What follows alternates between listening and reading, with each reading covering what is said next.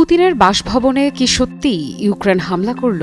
রাশিয়ার president Vladimir Putin কি এবার সরাসরি হামলার মুখে পড়লেন, নাকি এটা যুদ্ধের আরও আগ্রাসী একটি নতুন অধ্যায়ের ভূমিকা মাত্র?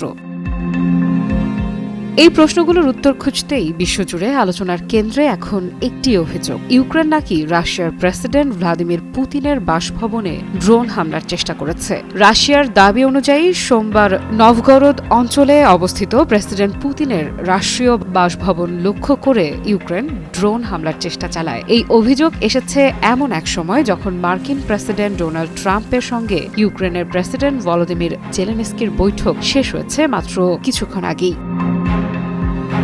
ফরাসি বার্তা সংস্থা এএফপি-কে দেয়া বক্তব্যে রুশ পররাষ্ট্রমন্ত্রী সের্গেই ল্যাভরভ বলেন, কিয়েভ সরাসরি রাশিয়ার রাষ্ট্রপ্রধানকে লক্ষ্য করে ড্রোন হামলার পরিকল্পনা বাস্তবায়নের চেষ্টা করেছে। তার ভাষায় এটি যুদ্ধ পরিস্থিতিকে আরও জটিল করে তুলতে পারে, তবে এতে যুদ্ধ অবসানে রাশিয়ার আলোচনার অবস্থান বদলাবে না।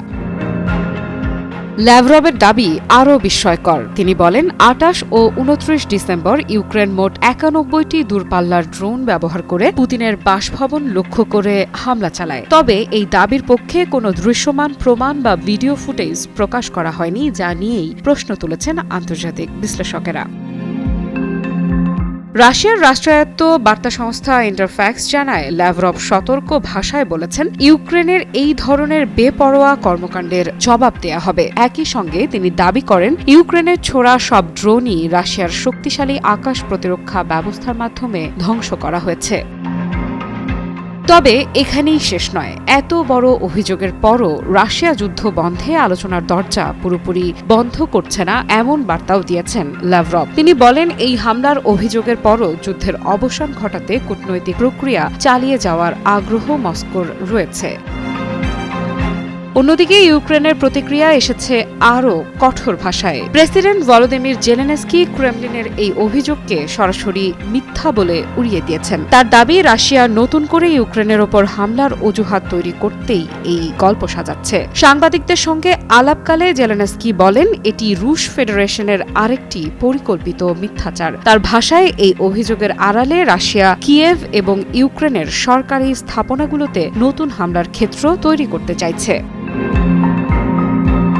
জেলেনস্কি আরও সতর্ক করে বলেন, এখন সবাইকে সাবধান থাকতে হবে। রাজধানী কিয়েভে যে কোনো সময় বড় ধরনের হামলা চালানো হতে পারে, বিশেষ করে যেহেতু পুতিন প্রকাশ্যে বলেছেন তারা উপযুক্ত লক্ষ্য বেছে নেবে।